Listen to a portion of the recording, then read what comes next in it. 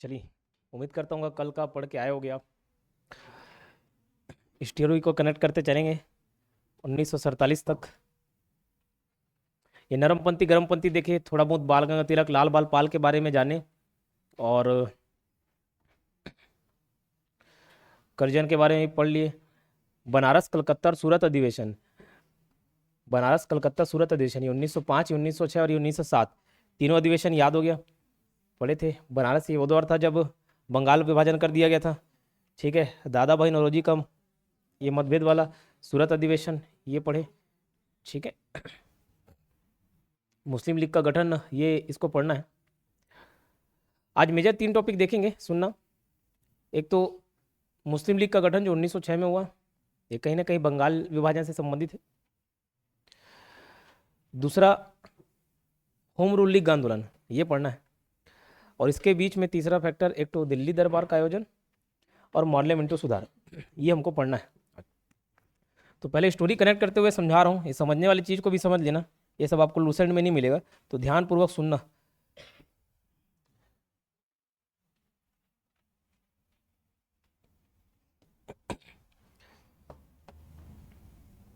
ये ब्राइटनेस ठीक है।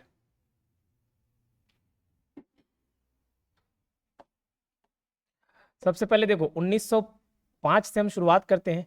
1905 में क्रोनोलॉजिकल ऑर्डर में चलते हैं। पहली घटना 1905 में क्या हुआ? बंगाल विभाजन हुआ, बंगाल पार्टीशन, बंगाल विभाजन, ठीक। बंगाल विभाजन में क्या किया गया? जो बंगाल था उसको पूर्वी बंगाल और पश्चिमी बंगाल इसमें बांट दिए।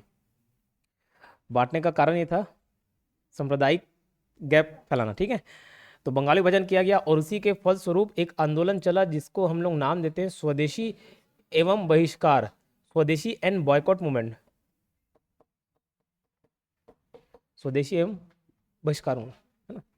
अगर उसकी शुरुआत किसने की और नेता में कई सारे ऑप्शन दे तो आप क्या लोगे? सुरेंद्र नाथ बनर्जी और कृष्ण कुमार मित्र, ठीक है। और ये बहिष्कार वाला कंसेप्ट किसने भी दिया था? कृष्ण कुमार मित्र ने। तो ये दोनों नेता, दोनों बंगाली नेता थे और इन्होंने खूब बढ़ चढ़ के इस पे भाग लिया, प्रमोट किए स्वदेशी और बहिष्कार आंदोलन को, सब लोगों को जागरूक किए। कौन? सुरेंद्र नाथ बनर्जी और कृष्ण कुमार मित्र। बाद में इसमें जितने भी उग्रवादी नेता थे, एक्सट्रीमिस्ट थे, इन सब ने पार्टिसिपेट किया और अपने अपने जगह में सब लोगों को जागरूक करने का प्रयास किया। जैसे बाल गंगाधर तिलक हो गया, ये महाराष्ट्र पुणे तरफ अपना वर्चस्व जमाए। नीचे कौन थे? चिदम्बरम पिल्लई। पंजाब में कौन? अजीत सिंह और लाला लाजपत राय, ये सब बड़े बड़े नेता ही थे, है ना। तो स्वदेशी एवं बहिष्कार आंदोलन चालू हो गया। अब 1906 की बात आती है। अधिवेशन कहाँ हो रहा था? कलकत्ता में। कलकत्ता में कांग्रेस का अधिवेशन हो रहा था, कांग्रेस का सेशन चल रहा था। उसमें इस बात को लेकर विवाद हो गया कि ये आंदोलन, स्वदेशी आंदोलन, इसको हम बंगाल के बाहर भी प्रचार प्रसार करेंगे क्योंकि बंगाल में इतना अच्छा चल तो रहा है आंदोलन। लेकिन कांग्रेस ये नहीं चाहते थे और खास करके कांग्रेस के नरमपंथी नेता ये नहीं चाहते थे। कारण क्या था? कारण स्पष्ट था, आगे आने वाला 1909 का मॉडल मिंटो सुधार, जिसमें उन लोगों को उम्मीद थी कि हमारी कुछ मांगे मानी जाए, और ये सब आंदोलन करते रहेंगे तो फिर क्यों मानेंगे? अभी तक इतना संबंध बना के रखे हैं और उसमें उनको निराशा ही हाथ मिली। 1909 के मॉडल मिंटो सुधार में कुछ खास सुधार हुआ नहीं। तो उन लोग अंग्रेजों के साथ संबंध अच्छे बनाए रखना चाह रहे थे। अब बंगाल में उठ गया, तत्कालिक है, उसको भी मना करेंगे तो दिक्कत है। तो देखना, जैसे कांग्रेस पार्टी है, बीजेपी पार्टी है, बीजेपी कोई भी बिल लाए कांग्रेस विरोध करेगी, कोई भी बिल लाए कांग्रेस विरोध करेगी।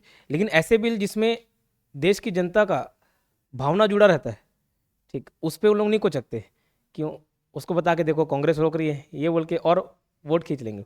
तो कई बिल पास भी हो जाता है, कई बिल के लिए विरोध नहीं करते, ठीक है। तो बस वैसे ही इन लोग भी, अब चलो बंगाल में उठ गया, तूफान उठ गया, अब इसको रोकेंगे दिक्कत होगा, क्रेडिट ले लिया, हाँ ठीक, कांग्रेस भी इसमें साथ है, ठीक। तो 1905 वाले में किसने अध्यक्षता की थी? गोपाल कृष्ण गोखले ने अध्यक्षता की थी। ये बोले थे कि हम कांग्रेस सपोर्ट करती इसका, ठीक है। 1906 में ये हुआ कि इसको बाहर लेके चलेंगे, इस बात को लेकर वाद विवाद हुआ और बहुत सारे प्रस्ताव को पास कराने के लिए हर दल के नेता ये चाहते थे कि हमारे दल का नेता अध्यक्ष बने, ठीक है।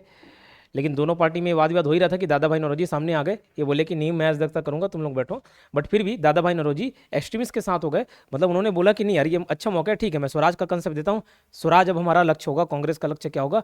स्वराज होगा। कलकत्ता कांग्रेस अधिवेशन हुआ और स्वराज को लक्ष्य रखा गया, स्वराज, स्वराज को लक्ष्य बना लिया गया। अब 1907 की घटना, ये हुआ सूरत अधिवेशन।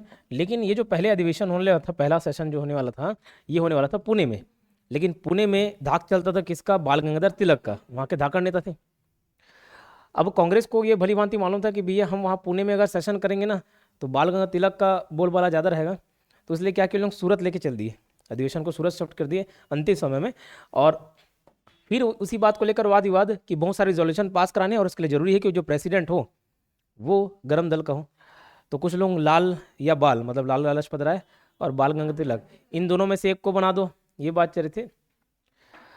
और नरमपंथी चाहते थे कि नहीं रास बिहारी घोष बने। वोटिंग कराया, वोटिंग में हार गए, ठीक, तो हारे रहता है, ऐसे ही झल्ला रहता है, ठीक है। तो कौन प्रेसिडेंट बन गया? रास बिहारी घोष। लेकिन लाजपत राय को बोलने नहीं दे रहे थे, बोलने नहीं दे रहे थे, फिर बताया गर्मा गर्मी हो गया, मारा पीटी हो गया।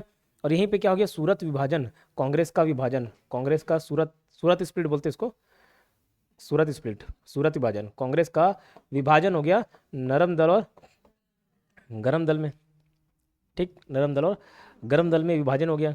और यहीं से फिर दोनों पार्टी को समझ आया कि नहीं भैया हम दोनों एक दूसरे की ज़रूरत थे।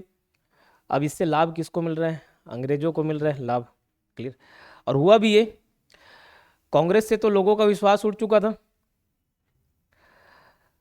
तो कांग्रेस पार्टी ऐसी निष्क्रिय हो गई थी इन लोगों के अलग होने के बाद, ठीक है। और जस्ट इसके 2 साल बाद मौलवी में सुधार आया, उसमें उन लोगों को कुछ हासिल नहीं हुआ, जैसा चाह रहे थे, जैसा डिमांड कर रहे थे वो मिला नहीं। तो फिर से लोगों को लगा कि ये कांग्रेस पार्टी इतने काम की है नहीं।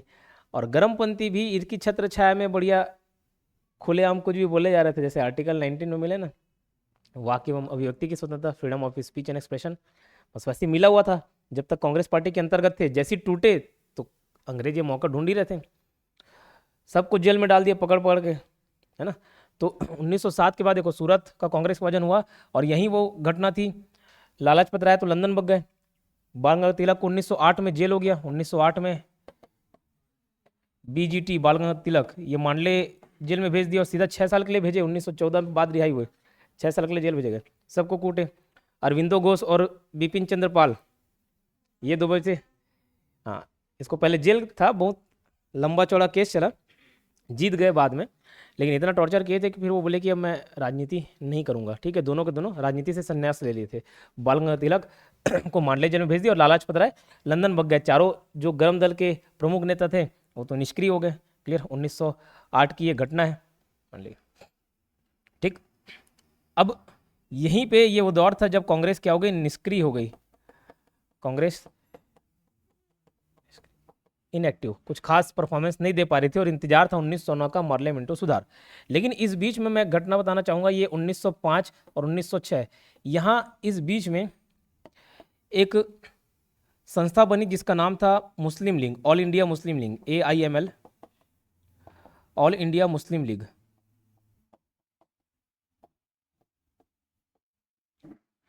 और उसके बनने के पीछे का बैकग्राउंड बताता हूं। हालांकि जो फैक्चुअल क्वेश्चन है 2 है, कब बना मुस्लिम लीग? 1906।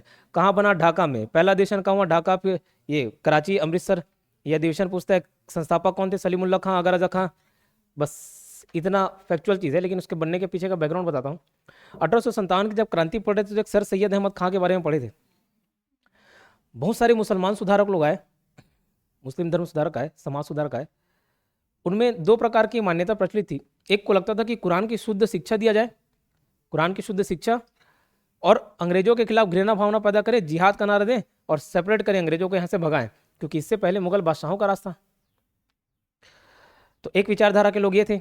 लेकिन ठीक इसके विपरीत सर सैयद अहमद खां, ये अंग्रेजी विचारधारा से जुड़े, वहाँ नौकरी की, क्लर्क, और धीरे धीरे धीरे करके सेक्रेटरी पद पहुँच गए थे, बहुत बड़ा पद था। तो सर सैयद अहमद खां ब्रिटिश एनवायरमेंट के अंतर्गत रहते रहते इनको ये लगा, इनको ये रियलाइज़ हुआ कि अगर मुसलमानों को आगे बढ़ाना है तो उनमें भी वेस्टर्न एजुकेशन ठूसना पड़ेगा, डालना पड़ेगा।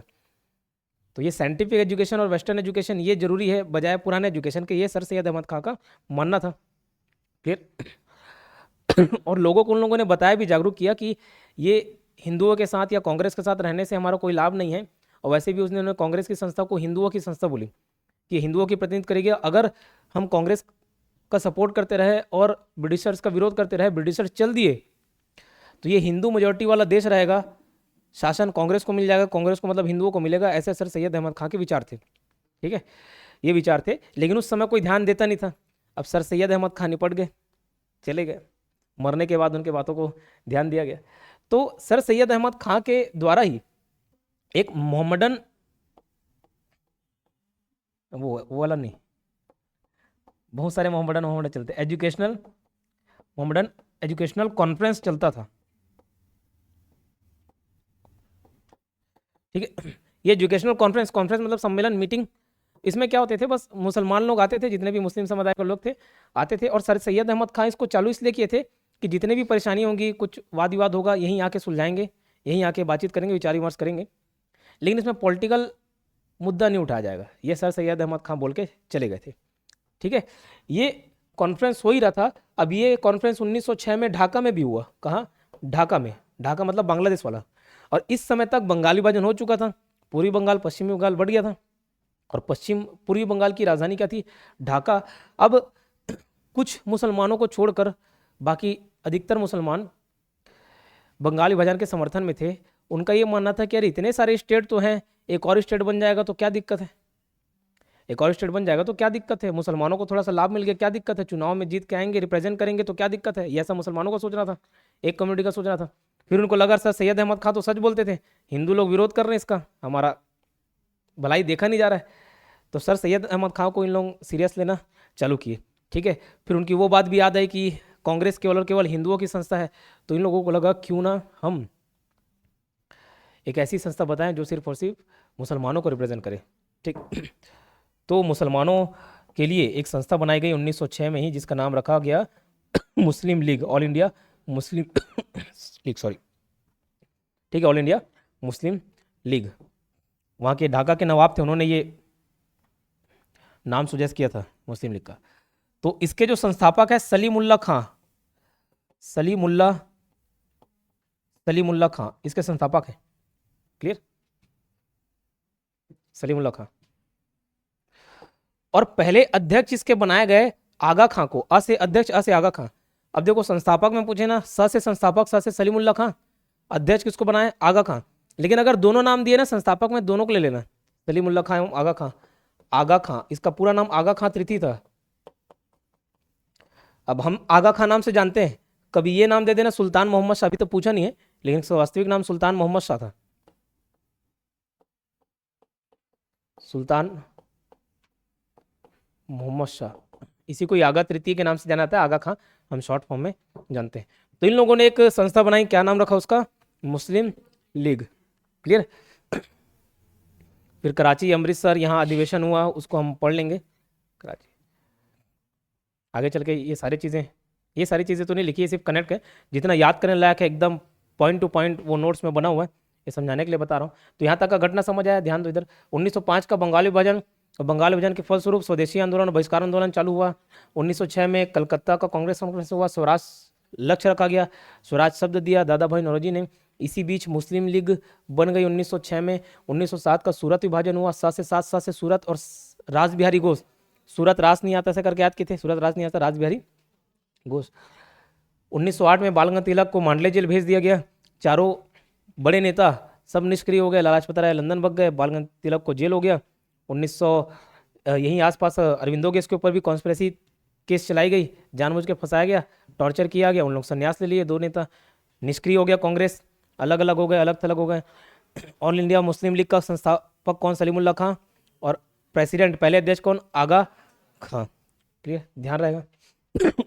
चलिए, फिर बाद में जिन्ना, जो हिंदू मुस्लिम के समर्थक थे पहले शुरुआत में, सरोजिनी नायडू ने भी बोला, जवाहरलाल नेहरू ने भी बोला, सब बोले कि ये हिंदू मुस्लिम एकता के दूत है, राजदूत है। किसको? मोहम्मद अली जिन्ना को। वो मोहम्मद अली जिन्ना, इनका इस लीग में कुछ हाथ नहीं था। ठीक है, ये संस्थापक वगैरह नहीं थे, उस समय नहीं जुड़े थे, लेकिन 1913 में ये भी जुड़ गए थे इंडियन मुस्लिम लीग से, ऑल इंडिया मुस्लिम लीग से 1913 में ये भी जुड़ गए। क्लियर? धीरे धीरे विचारधारा आई। फिर एक समय बाद इनको लगा कि नहीं भाई, इधर राजनीति करने से अच्छा मैं हिंदू मुस्लिम की राजनीति करूं तो मुसलमानों का पक्ष लेने लग गए, उनके नेता हो गए। ठीक है, यहाँ तक क्लियर।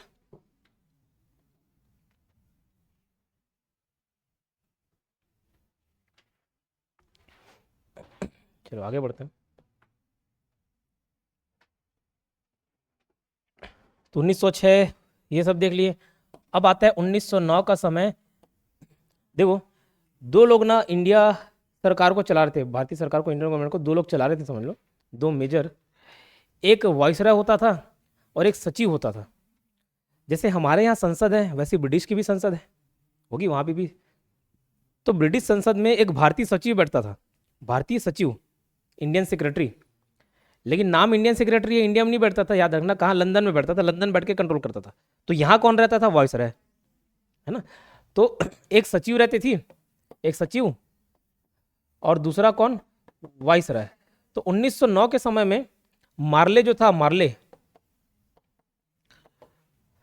वो क्या था? सचिव था। और वाइसरॉय कौन था? मिंटो।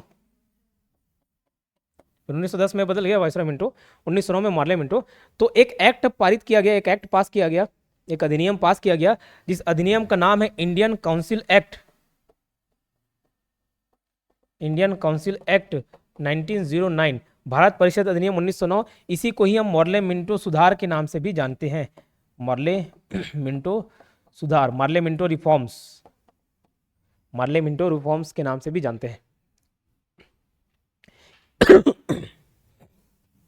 इसी का कांग्रेस इंतजार कर रही थी कि कब मार्ले मिंटो सुधार आएगा और कुछ सुधार होगा, उसकी मांगों के अनुरूप नहीं हुआ। अब इसमें क्या था, जो मेजर हम हिस्ट्री का पॉइंट है वो ये मार्ले मिंटो सुधार 1909 में आया। मार्ले सचिव थे, मिंटो वाइसरॉय थे, है ना। इसको इंडियन काउंसिल एक्ट 1909 के नाम से भी जाना जाता है।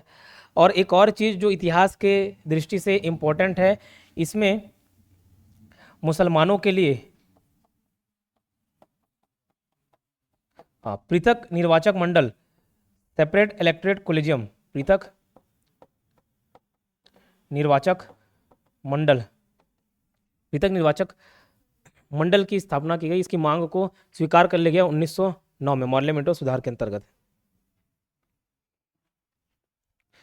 इससे और नाराज हो गए कांग्रेस, ठीक है, कांग्रेस और नाराज हो गए। मार्ले मिंटो सुधार में मुसलमानों के लिए पृथक निर्वाचक मंडल थे और मुस्लिम खुश हो गए।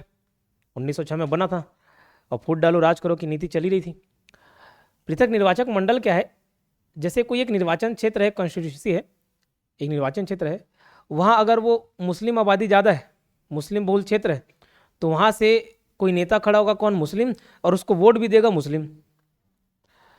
तो ये चीज़ें पसंद नहीं आई। जैसे यहाँ पे भी रिजर्वेशन है, ये हमारा ये अहिवारा विधानसभा एक अभी फिलहाल एससी विधानसभा क्षेत्र है, लेकिन वोट तो सब देते हैं, उसमें कोई भेदभाव नहीं है। जिस दिन बोल दे नहीं एससी को एससी वोट देगा तो भेदभाव आना चालू हो जाएगा, बढ़ जाएगा।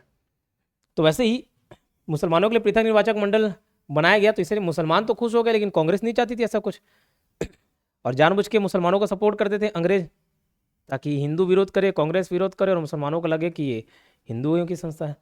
ठीक है, तो मुसलमानों के लिए पृथक निर्वाचक मंडल की मांग की गई, मांग नहीं मतलब इसमें 1909 में लेके आ गए। क्लियर दिन? तो 1909 में देखो कांग्रेस को कुछ नहीं मिला, जो चाहिए था उनको नहीं मिल पाया, इनका भी विश्वास उड़ गया ब्रिटिश सरकार से। इसी बीच 1908 में देखो जेल हुआ था, 1908 से 14, और 1914 इसके बाद की घटना आते हैं। अच्छा 1914 से पहले 1911 भी देख लेते हैं। 1911 में दिल्ली दरबार का आयोजन हुआ। अब ये दिल्ली दरबार क्यों? 1902 में पुराने राजा की मृत्यु हुई और नए राजा हुआ है जॉर्ज पंचम, जॉर्ज फिफ्थ, जॉर्ज फिफ्थ। 1910 में ब्रिटेन के राजा बने कौन? जॉर्ज पंचम, जॉर्ज फिफ्थ। तो 1910 में राजा बने, 1911 में ये भारत आए। ठीक है, यहाँ उनकी ताजपोशी की गई और अपनी वाइफ को भी साथ में लेके आए, दिखाया कि देखो मेरा कितना मान सम्मान है उधर भारत में, चलो चलता हूँ। और जैसे अंबानी का प्री वेडिंग हुआ नहीं, वैसे इसका भी था, मजाक नहीं कर रहा हूँ, सही में वैसे ही था। जितने प्रिंसली स्टेट के राजा महाराजा थे सब के सब उसके दरबार में पहुंचे थे। स्पेशल अनाउंसमेंट कर दिया था, जो नहीं दिखा सोच लेना फिर डलहौजी का व्यवगत सिद्धांत और जॉर्ज का व्यवगत सिद्धांत हो जाएगा। तो सब के सब पहुंचे थे, ठीक है। लेकिन वहाँ की जो जनता थी वो नाराज लग रही थी, तो जॉर्ज पंचम पूछे, उसको कोई जूता वूता फेंक के मार दिया था, पढ़ा नहीं, अलग बात है। तो पूछे कि भैया नाराजगी क्या है, तो बताया अरे यार वो 1905 में करजन था ना, बोला हाँ वही करजन, हाँ भाई। तो बंगाल विभाजन करके चल दिया, नाराज है, बोले ठीक है इसको रद्द करो भाई, दोबारा हूँ वाइफ के सामने बेइज्जती नहीं होना चाहिए। तो दो बड़ी घोषणा किया, पहला बंगाल विभाजन को रद्द कर दिया, बंगाल विभाजन क्या हो गया, रद्द। लेकिन जो काम करना था ना वो कर दिए। जैसे रस्सी एक बार टूट जाता है फिर जुड़े गांठ पड़ जाए करके कविता है, दोहा है, ठीक बस वैसे ही जोड़ दिए। लेकिन इससे जो झगड़ा लड़ाई जो मन में बीज बोना था विवाद का वो तो बो गया, है ना। तो बंगाली विभाजन को रद्द कर दिया गया। और दूसरा बोला कि अब कि कलकत्ता में डील नहीं करेंगे, अब राजधानी को कहाँ ट्रांसफर करो, तो राजधानी कैपिटल कलकत्ता से दिल्ली ट्रांसफर हो गई। लेकिन घोषणा हुआ 1911 में, एक्चुअल में जो दिल्ली ट्रांसफर हुआ 1912 में, इस बात को याद रखना, ठीक है। घोषणा हुआ 1911 में और ट्रांसफर हुआ कब, 1912 में, ध्यान रहेगा बात। चलो तो ये 1911 1912 बीत गया, समझ आ रहा है क्रोनोलॉजिकल ऑर्डर, ठीक। 1914 में वर्ल्ड वॉर स्टार्ट हो गया, इसका बस ईयर याद रखना। अब वर्ल्ड वॉर है तो हमारा पार्ट नहीं है, लेकिन इसका संबंध होम रूल लीग से है तो मैं बता रहा हूँ। 1914 से 1918 वर्ल्ड वॉर हुआ, दो टीम अलग अलग बढ़ जाते थे, अलग अलग टीम लड़ते थे, समझ लो। तो इसमें भी इंग्लैंड जर्मनी के खिलाफ लड़ रही थी, और भी बहुत सारे टीम थे, टैंक टीम मैच चल रहा था, WWE में चलता नहीं वैसे। 1914 से 18 ये वर्ल्ड वॉर फर्स्ट स्टार्ट हो गया, ठीक। अब इसमें अंग्रेजों को क्या चाहिए था, ज़्यादा से ज़्यादा मैन पावर, यहाँ की सेना को घुसेड़ देते थे उधर लड़ने के लिए, निपटे तो पहले कौन, भारतीय लोग। जितना पैसा लगना था सारा का सारा रिसोर्स भारत का यूज हो रहा था। तो कांग्रेस पार्टी ने इसका विरोध किया कि भाई जंग तुम्हारा, युद्ध तुम्हारा, इसमें भारत देश कैसे शामिल हो गया, और पैसा काहे भारत का खर्चा हो रहा है। तो ये सब लेकर वाद विवाद था, ठीक है। आगे चल के होम रूल लीग आंदोलन स्टार्ट होने का कारण भी यही बना, इसमें से एक कारण ये था, बहुत सारे कारण थे उसमें से एक ये था, ठीक। 1914 से 18 वर्ल्ड वॉर स्टार्ट हो गया। वर्ल्ड वॉर क्या, कैसे, कौन किसको मारा पीटा, वो सब वर्ल्ड हिस्ट्री का पार्ट है, इधर हम लोग डील नहीं करेंगे। 1914 से 18 ये क्लियर हुआ। चलो आगे बढ़ते हैं, अब पढ़ेंगे होम रूल लीग आंदोलन के बारे में, पूरी कहानी बता रहा हूँ, फिर फैक्ट तो उधर लिखा हुआ है। फिर आता है होम रूल लीग आंदोलन। होम रूल, इसको हिंदी में भी होम रूल बोलते हैं, लेकिन शाब्दिक अर्थ निकालना चाहोगे तो इसका मतलब हो जाएगा गृह शासन, और उससे बेहतर वर्ड होगा स्वशासन, ठीक है। होम रूल लीग आंदोलन, और यहीं पे जानेंगे एनी बेसन। एनी बेसन मजाक मजाक में भले बोल देते हैं एनी बेसन, लेकिन पहुंची हुई महिला थी ये, ठीक है।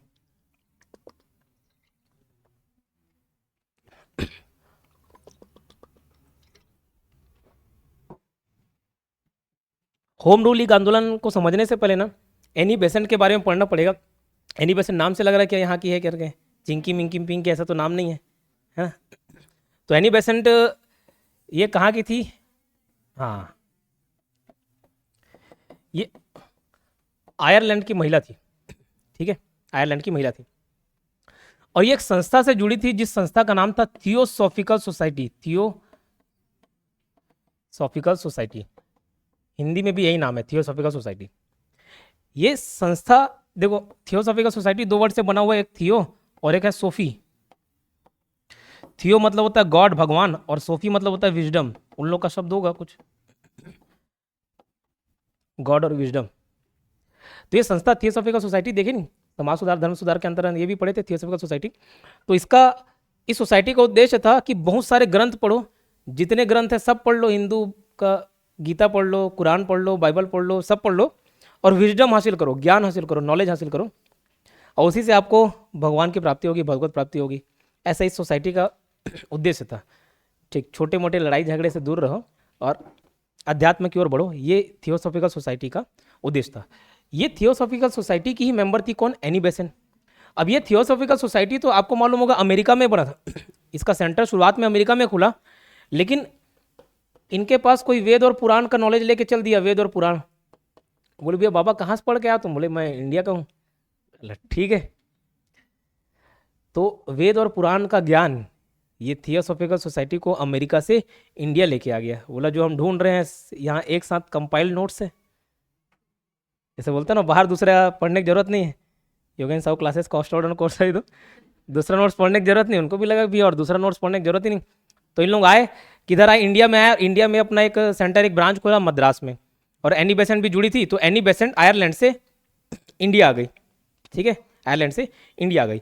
अब आयरलैंड भी अंग्रेजों का गुलाम था, और वहाँ 1853 से होम रूल का कंसेप्ट चल रहा था, मतलब होम रूल की मांग कर रही थी। और होम रूल इस तरीके से समझ लो कि राज अंग्रेज करेंगे, लेकिन उसके अंतर्गत सरकार कौन चलाएगी,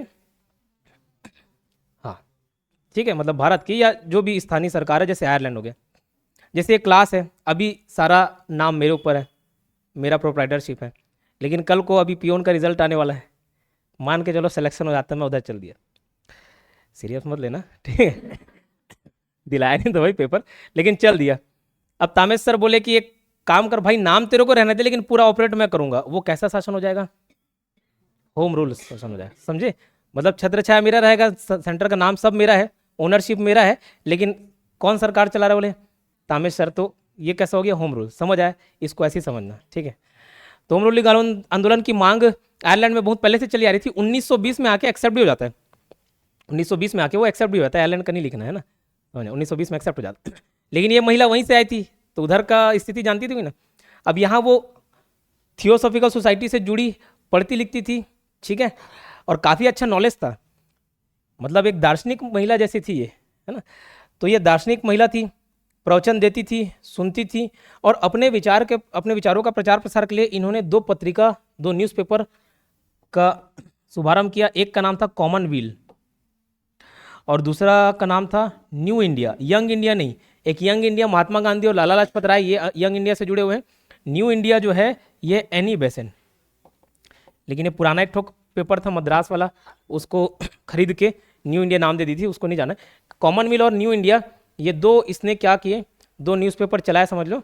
इसी में ना अपना आर्टिकल लिखती थी, छापती थी एनी बेसेंट, ठीक। अब इसके विचार अच्छे लगने लग गए, बहुत जल्दी फेमस होने लग गई, तो जितने कांग्रेस नेता थे सब इसके पास जाके मत्था टेकने लग गए। सबको परेशानी रहती है, देखते नहीं बाबा के पास सब नेता तो लोग जुड़े रहते हैं, क्या सब इंसान दुखी है। और ये बड़ी अध्यात्म की बात करती थी, तो लोग सुनने के लिए तरसते थे, और कुछ लोग देखने के लिए, ठीक है। तो सब दुखी आत्मा लोग इधर जाते थे। उस दुखी आत्मा में कौन, पॉलिटिकल लोग भी शामिल थे, पॉलिटिशियन भी शामिल थे। वैसे ही भगवान को आप सुख में थोड़ी नहीं याद करते हो, सुख में सब सुमरन करे, ठीक है, हाँ, दोनों करे ना कोई।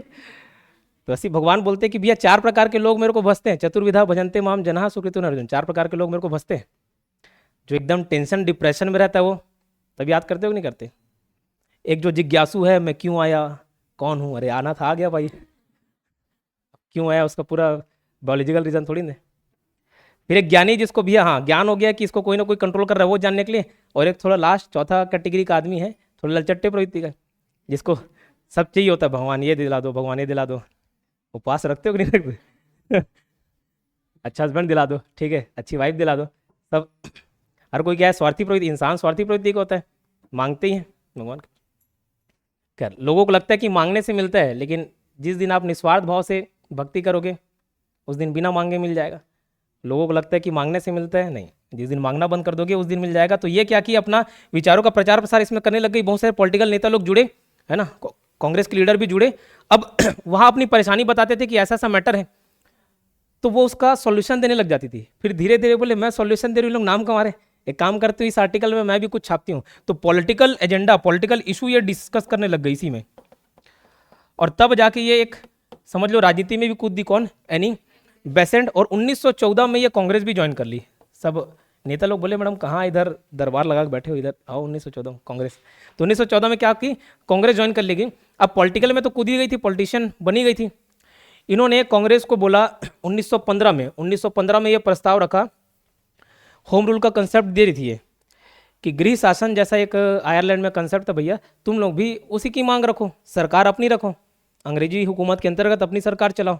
1915 में ये मांग रखी, लेकिन उसको कोई ध्यान नहीं दे रहा था, अरे कुछ भी बोलती है, तो उस टाइम ध्यान नहीं दे रहे। तो 1915 में उन्होंने ये अल्टीमेटम दिया कि 1916 तक मैं रुकूंगी, 1916 तक देखूंगी, अगर आप होम रूल लीग आंदोलन चालू नहीं किए, कांग्रेस पार्टी नहीं करती ये आंदोलन चालू, तो मैं अलग से एक पार्टी बनाकर कर लूंगी। तो इंतजार कर रही थी, 1916 तक अल्टीमेटम दी हूँ, 1916 में पूरा हो जाएगा तो मैं कर लूंगी, और कांग्रेस अगर नहीं किया तो अपना अलग से करेंगे, ठीक है। 1915 के सेशन में ही बैठे थे, बाल तिलक के चुपचाप सुन रहे थे बाजू वाली सीट पर बैठ के। ये बोला कंसेप्ट तो अच्छा है, इससे पहले ये स्टार्ट करें, मैं कर दूं। तो एनी बेसेंट के होम रूल आंदोलन से पहले 1916 में ही कौन चालू कर दिया? बाल गंगाधर तिलक। ठीक है, तो 1916 में बाल गंगाधर, इधर एनी बेसेंट इंतजार करिए कब कांग्रेस वाले मेरे बात मानेंगे बल्कि। ठीक है, तो 1916 में बाल गंगाधर तिलक ने होम रूलिंग आंदोलन चालू कर दिया। इसकी शाखा कहाँ थी? ये देखो, ये महाराष्ट्र, मध्य प्रांत और बरार और कर्नाटक, ये वाला रीजन जो था, ये पूरा क्षेत्र किसका था? बाल गंगाधर तिलक का। और इधर अच्छा खासा पकड़ था धाकड़ नेता धीर के। और इसके अलावा जितना भी बाकी क्षेत्र था उसमें कैसा होम रूल लीग का आंदोलन चलता था? एनी बेसेंट वाला। तो दो प्रकार के होम रूल लीग थे, दोनों का कंसेप्ट सेम ही था, लेकिन दोनों में अब क्या वैचारिक मतभेद थे पता नहीं, दोनों उस टाइम तक तो नहीं जुड़े हुए थे, दोनों अलग अलग चलाए। इसका ब्रांच सीमित था, सही जगह ब्रांच था बाल गंगाधर तिलक का, लेकिन इसमें यूनिटी ज़्यादा थी, पावर ज़्यादा थी, लोक संख्या ज़्यादा थे। और एनी बेसेंट का ब्रांच जगह जगह खुल गया, उसका कारण ये था कि सिर्फ 3-4 लोग मिलकर भी ब्रांच खोल सकते थे। और एनी बेसेंट वाले में बहुत सारे कांग्रेस के लीडर भी जुड़े, मोतीलाल नेहरू, जवाहरलाल नेहरू, बाप बेटे दोनों उधर ही। बोले नहीं हम एनी बेसेंट वाले में जाएंगे, बाल तिलक वाले में नहीं जाएंगे। ठीक, दोनों बाप बेटे किधर वाला जुड़ गए? एनी बेसेंट वाला। ठीक है, अच्छे अच्छे नेता किधर जुड़ गए? कांग्रेस में, कांग्रेस के नेता होम रूलिंग आंदोलन वाले में जुड़ गए मूवमेंट में। ठीक है, ये 1916 में एनी बेसेंट भी चालू कर दी थी, बाद में एनी बेसेंट भी चालू की। क्लियर? अब 1917 की बात आती है। देखो, बाल गंगाधर तिलक अब रिहा हो गए ना, 1908 से 1914 जेल में थे, रिहा हो गए, फिर वही काम करने लगे, है ना। 1916-17 में एनी बेसेंट को गिरफ्तार कर लिया गया। ठीक है, 1916 में ही एनी बेसेंट को क्या कर लिए? गिरफ्तार कर लिए। किस आरोप में? सेडिशन के आरोप में। सेडिशन मतलब राजद्रोह। बोले तुम भड़का रहे हो लोगों को हमारे खिलाफ, तो राजद्रोह के आरोप में एनी बेसेंट को क्या कर लेते हैं? गिरफ्तार कर लेते हैं। अब गिरफ्तार कर लिए तो हर कांग्रेस लीडर, हर कांग्रेस नेता मांग करने लगा कि एनी बेसेंट को छोड़ो। इवन बाल गंगाधर तिलक भी मांग करने लगे, छोड़ो नहीं तो फिर मैं पैसिव रेजिस्टेंस चालू करूंगा, दुनिया भर का आंदोलन चालू करूंगा, ये तो कुछ नहीं है, एनीथिंग फॉर एनी बेसेंट।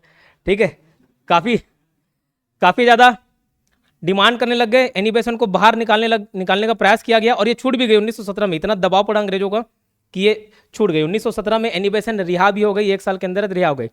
इधर बाल गंगाधर तिलक बोले साले मैं 1908 से 14 6 साल जेल में था, कोई नहीं पूछा, आंदोलन कर रहे हैं। ठीक जान दे जान दे इसके लिए। ठीक है, अब डिस्क्रिमिनेशन होता है, कैसे कर सकते हो? क्लियर? तो ये था होम रूलिंग आंदोलन। अब इसके समाप्ति का कारण भी देख लेते हैं। होम रूलिंग आंदोलन समाप्त भी हो गया बहुत जल्द। HRL ये आंदोलन ठंडा क्यों पड़ गया, समाप्त क्यों हो गया, उसको देख लेते हैं समाप्ति होने का कारण। पहला कारण तो ये था, मॉन्टेग्यू, जैसे मार्ले सचिव था ना, वैसे ही मार्ले के बाद एक और शख्सियत आया जिसका नाम था मॉन्टेग्यू। ठीक है, मॉन्टेग्यू चेंज फॉर रिफॉर्म पढ़े नहीं उसमें पॉलिटी में, वही मॉन्टेग्यू सचिव बने। ये एक प्रस्ताव लेकर आया जिसको बोलते हैं अगस्त प्रस्ताव। अगस्त प्रस्ताव में बहुत सारी बातें थी। एक बात जो हमारे काम की है और आपके काम की है, वो प्रस्ताव ये था कि ब्रिटिश इंडिया गवर्नमेंट में, मतलब ब्रिटिश इंडिया सरकार में ज़्यादा से ज़्यादा इंडियन लोग को हम शामिल करेंगे। और होम रूलिंग आंदोलन का तो यही था कि पूरा सरकार चलाए, ठीक है थोड़े बहुत कम ज़्यादा आदमी हो गए चले गए। तो अगस्त प्रस्ताव में ये प्रस्ताव रखा गया कि ज़्यादा से ज़्यादा भारतीय लोगों को हम शामिल करेंगे सरकार में, ब्रिटिश सरकार में। तो एनी बेसेंट इस बात को लेकर मान गई और एनी बेसेंट को ये आश्वासन भी दिया गया कि आगे चल के जो मॉन्टेग्यू चेंज फॉर रिफॉर्म आएगा 1919 का, उसमें भी हम देख लेंगे थोड़ा बहुत आपके लिए जो इसमें कमी हो जाएगा। तो एनी बेसेंट क्या हो गई? सेटिस्फाई हो गई इस मांग से, इस डिमांड से। तो ध्यान नहीं दी होम रूलिंग आंदोलन, जिस उद्देश्य से खुला था वो इधर फुलफिल हो गया, तो उधर ध्यान नहीं दी। और इसी समय में एक वैलेंटाइन सिरोल या चिरोल, जो नाम बोलना चाहो, वैलेंटाइन सिरोल चिरोल दोनों नाम लेते हैं, और चिरोल था, सिरोल था, पिरोल था, जो भी हो, वैलेंटाइन सिरोल आया। उसने एक किताब लिखी, इंडियन अनरेस्ट, इंडियन अनरेस्ट नाम की किताब लिखी। तो उसमें एक आध पेज में बाल गंगाधर तिलक के बारे में लिख दिए कि भैया ये भारतीय शांति के जनक है बोले। तो बाल गंगाधर तिलक का मूड खराब हो गया, तो उसके खिलाफ मुकदमा करने के लिए कहाँ चल दिए? लंदन चल दिए। ठीक है, लेकिन ये तो जो इतिहासकार बताते हुए एक्चुअल में अब उसको भारतीय शांति का जनक बता दिया और वैलेंटाइन सिरोल को भेजे इसलिए थे कि फाइंड आउट किस वजह से भी इतना अशांति है, तो भेजे। अब उसने उसका नाम जिक्र कर दिया, तो फिर अंग्रेज उसके ऊपर मुकदमा करते उससे पहले वही मुकदमा करने चल दिया।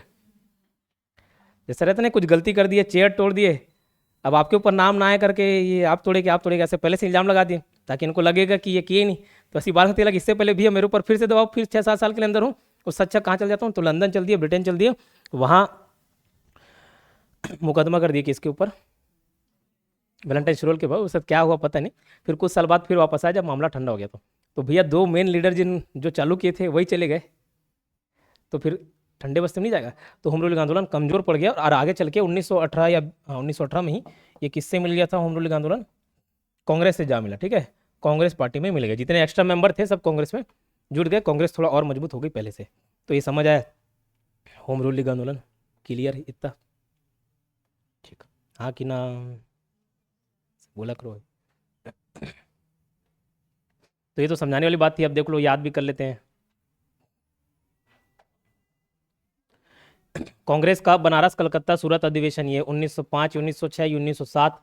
1905 में बनारस का अधिवेशन हुआ, अध्यक्षता किसके द्वारा की गई, गोपाल कृष्ण गोखले। गोखले के गुरु कौन थे, महादेव गोविंद, ये गांधी जी के गुरु, हाँ, और गोखले के गुरु महात्मा गांधी। 1905 में एक बहुत ही फेमस संस्था सर्वेंट ऑफ इंडिया सोसाइटी किसने बनाई थी, गोपाल कृष्ण गोखले बनाई थी, याद रखना है। 1905 में सर्वेंट ऑफ इंडिया, ईयर भी याद रखना है और संस्था का नाम भी याद रखना है, किसके द्वारा स्थापित की गई उसको भी याद रखना है। 1906 में कलकत्ता में Dadabhai Naoroji, grand old man of India, इन्होंने अध्यक्षता की थी कलकत्ता में कांग्रेस अधिवेशन का। ठीक है, और कांग्रेस 1905 में स्वराज प्रस्ताव पर चर्चा किया था, जिसका उद्देश्य क्या था, स्वशासन सुनिश्चित करना, और स्वराज संबंधी प्रस्ताव 1905, 1906 ये सब पास हो ही रहा था।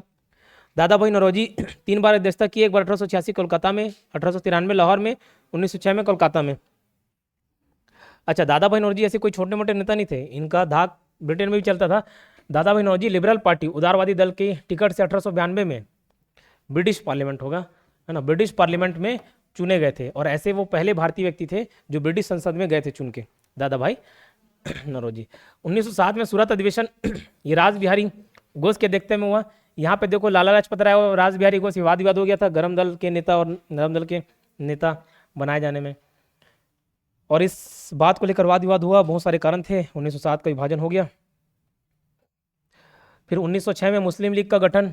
1906 में आगा खां के नेतृत्व में मुसलमानों के शिमला प्रतिनिधि मंडल ने एक ऐसी केंद्रीय मुस्लिम सभा बनाने का विचार किया जिसका उद्देश्य था मुसलमानों के हितों का संरक्षण, और मुस्लिम लीग की स्थापना हो गई 1906 में ढाका में। ठीक है, अब इसका पहला अधिवेशन और दूसरा अधिवेशन याद रखना, जैसे अब कांग्रेस का अधिवेशन लाइन से चलेगा वैसे ही इसका भी अधिवेशन लाइन से चलता है, बट हमको सब अधिवेशन याद नहीं है, कांग्रेस का याद करना है। इसका सिर्फ 2 याद रखना, पहला और दूसरा। तो ढाका में बना, और यही ढाका से आपको याद भी हो जाएगा, ढाका में का आ रहा है, का से कराची और आ से अमृतसर। तो 1907 में इसका पहला अधिवेशन हुआ कराची में, 1908 में दूसरा अधिवेशन हुआ अमृतसर में। इन्होंने पृथक निर्वाचन मंडल की मांग की, जो कि 1909 में स्वीकार कर लिया गया। ठीक है, तो ये तो ढाका मतलब इंडिया में चालू हुआ। 1908 में अखिल भारतीय मुस्लिम लीग की एक लंदन शाखा भी स्थापित हुई। ठीक है, कि स्थापित हुई लंदन शाखा, किसकी अध्यक्षता में पूछे तो अमीर अली। तो भैया कोई लंदन में ब्रांच कब खोलेगा, जब थोड़ा अमीर रहेगा, पैसा से रहेगा, तो अमीर अली की अध्यक्षता में मुस्लिम लीग की एक ब्रांच लंदन में भी खुली थी। मुस्लिम लीग के संस्थापक अगर पूछे जाए तो कौन, सलीमुल्लाह खां। अध्यक्ष कौन थे, आगा खां, और कोषाध्यक्ष मौसिम उल मुल्क, मौसिम उल मुल्क। मॉर्ले मिंटो सुधार आया 1909 में। देखो 1905 में कर्जन के स्थान पर लॉर्ड टॉड हो गया, लॉर्ड मिंटो को भारत का वायसरॉय नियुक्त किया गया तथा जॉन मार्ले को भारत का सचिव बनाया गया, ये पढ़े है ना। और ये 1905 से 1910 था, उसको भी याद रख लेना। कर्जन 1899 से 1905, मिंटो 1905 से 1910। तो ये वायसरॉय का कार्यकाल भी याद होते चलेगा, उसके अंदर के प्रावधान भी आपको याद होते चलेंगे। तो मिंटो का कार्यकाल ये 1905 से 10। इसके बाद के इसके द्वारा किए गए सुधारों को मॉर्ले मिंटो सुधार के नाम से जाना जाता है, जिसका दूसरा नाम है इंडियन काउंसिल एक्ट। ठीक है, स्पेलिंग वगैरह मिस्टेक है, सुधार लेना। इंडियन काउंसिल एक्ट 1909, भारतीय परिषद अधिनियम 1909, जिसको एक और नाम से जाना जाता है मॉर्ले मिंटो सुधार। इसका सबसे बड़ा दोष था, उनके लिए सुधार था, हमारे लिए दोष था, मुसलमानों के लिए पृथक निर्वाचक मंडल की स्थापना करना, सांप्रदायिक प्रतिनिधित्व देना। फिर दिल्ली दरबार और राजधानी परिवर्तन। ब्रिटिश काल में दिल्ली से पहले भारत की राजधानी कलकत्ता थी। ब्रिटिश के राजा जॉर्ज पंचम 1910 में बने थे कि भारत आगमन 1911 के समय बंगाल विभाजन रद्द किया गया तथा भारत की राजधानी कलकत्ता से दिल्ली ट्रांसफर कर दी गई, घोषणा की गई। फिर 1912 में ट्रांसफर हुआ, ये देखो किसके कार्यकाल में, लॉर्ड हार्डिंग द्वितीय के कार्यकाल में। अब 1910 के बाद जो वायसरॉय आते हैं उसका नाम है हार्डिंग, है ना, उसका नाम है हार्डिंग। क्लियर। तो एक हार्डिंग को मैं हार्ड डिसीजन से याद किया था, सिख वाला युद्ध हार्ड डिसीजन लिया। नरबली प्रथा हार्ड डिसीजन लिया, ऐसे टाइप का। अब देखो कैपिटल ट्रांसफर करने का, तो आप छोटा मोटा घर ट्रांसफर कर रहे हो, छोटी बात हो जाती है, लेकिन कैपिटल ट्रांसफर कर रहे हो, बहुत बड़ी बात है, एकदम हार्ड डिसीजन है। तो हार्डिंग द्वितीय दिल्ली ट्रांसफर किया, पहला बात ये। और दूसरा बंगाल विभाजन रद्द, अंग्रेजों के खिलाफ ही काम कर रहे हैं, हार्ड डिसीजन ले रहे हैं, ऐसे टाइप का कुछ रिलेट कर लेना। तो ये दोनों काम लॉर्ड हार्डिंग द्वितीय के कार्यकाल में हुआ। 1912 बिहार को एक अलग प्रांत का दर्जा प्राप्त हुआ और बिहार और उड़ीसा को अलग कर दिया गया। कांग्रेस का लखनऊ अधिवेशन, अब इसको बताने चलूंगा तो ये लंबा हो जाएगा, ठीक, इसके आगे का कर लेंगे, लेकिन इतना तक याद करके आइएगा, ठीक है। हिस्ट्री, मॉडर्न हिस्ट्री पूरा क्लियर हो जाएगा अगर ध्यान से सुने और थोड़ा बहुत घर जाके याद करें तो, कहानी सहित।